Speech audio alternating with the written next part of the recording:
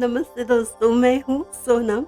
आप सभी का स्वागत करती हूँ love story in Hindi podcast channel पर। आप सुन रहे हो प्रेम रंग। अभी तक आपने प्रेम रंग में बहुत कुछ सुना है। प्यार की दास्तां अभी तक बहुत सारी सुनी है, राज और सुहानी की जिंदगी से जुड़ी हुई। और अभी पिछले कुछ एपिसोड में आपने देखा है संजना जो सुहानी और राज के बीच दीवार बनती जा रही है। उन दोनों के बीच झगड़े की वजह बनी है, दूरियों की वजह बनी है। और राज के घर कुछ प्रोग्राम है, सब साथ में है। संजना भी है, सुहानी भी है, दोनों की फैमिली भी है, कुछ फ्रेंड्स है, रिलेटिव है। और होने वाला कोई तो प्रोग्राम है, लेकिन पता नहीं। और उसी वक्त दो प्यार करने वाले सुहानी और राज जो एक दूसरे से जुदा नहीं रह पाते, गुस्सा हो, तकरार बहुत सारी है, शिकायतें भी है, दर्द भी है, फिर भी जब सामने आते हैं तो दोनों एक दूसरे बिन नहीं रह पाते। और उनका रोमांस चलता है गार्डन में। और वो देखती है संजना, और फिर वो क्या करती है, क्या घर के अंदर जाकर सबको बता देती है या फिर कुछ और चाल चलती है, कोई हंगामा होता है या नहीं, ये सब आप जानना चाहते हो और हम भी बताना चाहते हैं। आपको नहीं बताएंगे तो किससे बताएंगे।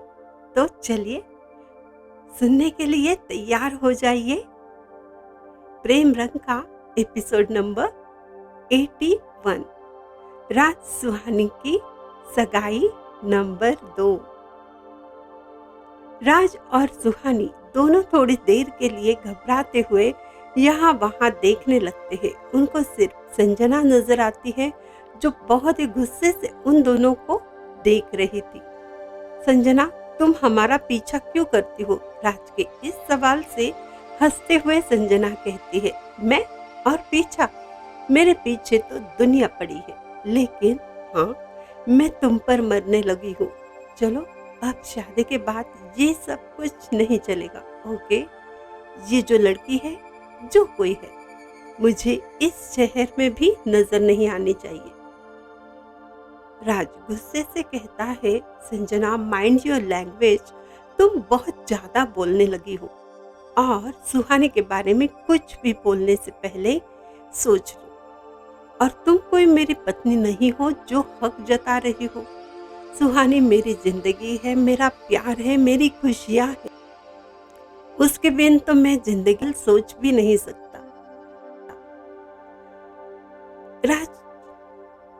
राज ये कहकर सुहानी का हाथ अपने हाथ में ले लेता है।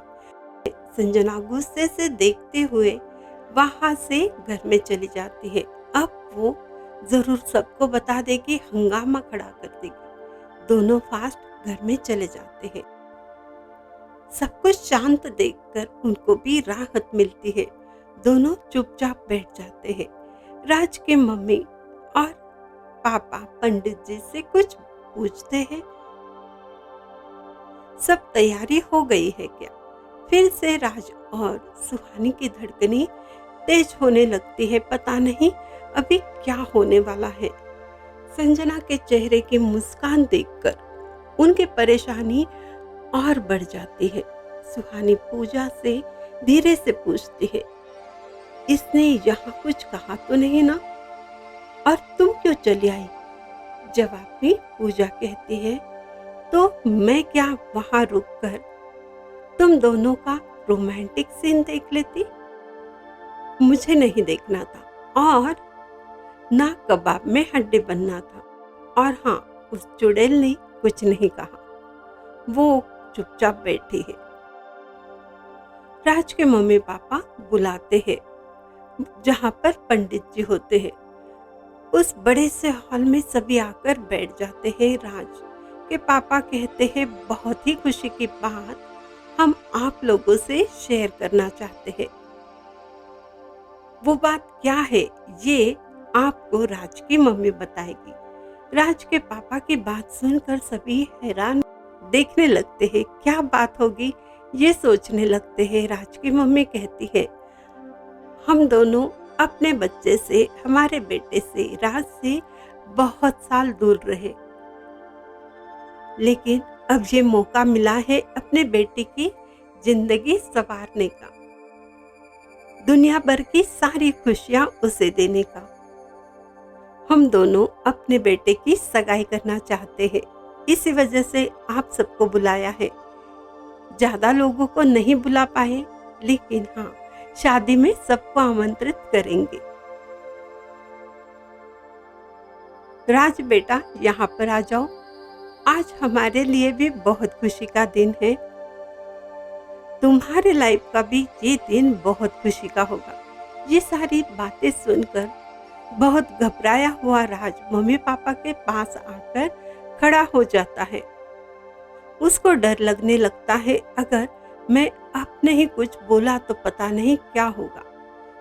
हे भगवान कृष्ण जी, आप हमारी सहायता कीजिए, मुझे बोलने की शक्ति दीजिए। सुहानी की हालत उतनी ही खराब हो जाती है जितनी की राज की है। वो राधा कृष्ण जी को मन में प्रार्थना करती है, प्लीज हम दोनों को जुदा मत कीजिए, हम पूरी जिंदगी एक दूसरे के साथ रहना चाहते हैं। सुहानी अपनी आंखें बंद कर लेती है। सुहानी के फैमिली के चेहरे पर भी टेंशन नजर आने लगता है। संजना और उसकी फैमिली बहुत खुश नजर आने लगती है। जिसके साथ सगाई होनी है उसे भी तो बुलाना जरूरी है ना। राज की मम्मी हंसते हुए कहती है, मेरी होने वाली प्यारी बहू। बस ये कहते ही संजना वहां आकर रुक जाती है। वहां बैठे सभी तालियां बजाते हैं। राज अचानक से कहता है, मम्मा इतनी जल्दी क्या है, कुछ दिन बाद हम ये सगाई की रस्म कर सकते हैं। मुझे लगा सिर्फ पूजा पाठ हवन ऐसा कुछ है। प्लीज मुझे आज टाइम बहुत ही कम है, बहुत अर्जेंट वर्क है, मुझे जाना ही पड़ेगा। क्या ये हम बाद में नहीं कर सकते? सुहानी की आंखें भी छलकने लगती है। पूजा उसका हाथ हाथ में लेकर उसे समझाने की कोशिश करती है। सुहानी पूजा से कहती है, मैं यहाँ नहीं रुक सकती, ये सब मुझसे नहीं देखा जाएगा। भगवान मुझे इतनी बड़ी सजा क्यों दे रहे हैं? पता नहीं ये सजा मेरे नसीब में क्यों लिखी है। राज की मम्मी फिर से कहती है, मेरी बहू अभी तक क्यों नहीं आई है? कोई तो उसे लेकर आओ। सब सोचने लगते हैं, राज की मम्मी को हुआ क्या है? ऐसी बहकी बहकी बातें क्यों कर रही है, जबकि उनके पास ही उनकी होने वाली बहू खड़ी है। फिर से राज की मम्मी कहती है, ठीक है, मैं अपने प्यारी सी बहू को अपने हाथों से यहाँ लेकर आती हूँ। और सभी लोग बहुत हैरान होकर राज की मम्मी की तरफ देखते हैं और राज भी, उसे भी समझ नहीं आता हुआ क्या है, ऐसा मम्मी क्यों कर रही है। और तभी राज की मम्मी सुहानी के पास जाकर उसका हाथ पकड़कर बहुत प्यार से उसे अपने साथ लेकर राज के साथ खड़ा कर देती है। कुछ पल के लिए तो यही लगता है कि कोई सपना हो, पल में ही माहौल बदल जाता है। सुहानी तो अभी तक होश में नहीं, ये सब सपना सा लगने लगता है। वहां पर बैठे सारे लोग आश्चर्य से देखते हुए कहते हैं, ये तो दोनों बहुत ही खूबसूरत लग रहे हैं। अपनी बेटी को राज के पास खड़ा देखकर सुहानी के फैमिली के लोग भी बेहद खुश हो जाते हैं। पूजा, समीर भी बहुत खुश हो जाते हैं और राज और सुहानी, उनके तो खुशियों का ठिकाना नहीं रहता। राज धीरे से सुहानी का हाथ पकड़कर कहता है, सोनपरी, मेरी प्यारी सोनपरी जी, ये कोई सपना नहीं, ये हकीकत है। जाग जाओ। खुशी से एक दूसरे के गले लग जाते हैं। सुहानी बहुत बहुत खुश नजर आने लगती है और इस खुशी में उसकी खूबसूरती भी बढ़ जाती है। वो दोनों सोचते हैं ये चमत्कार कैसे हुआ।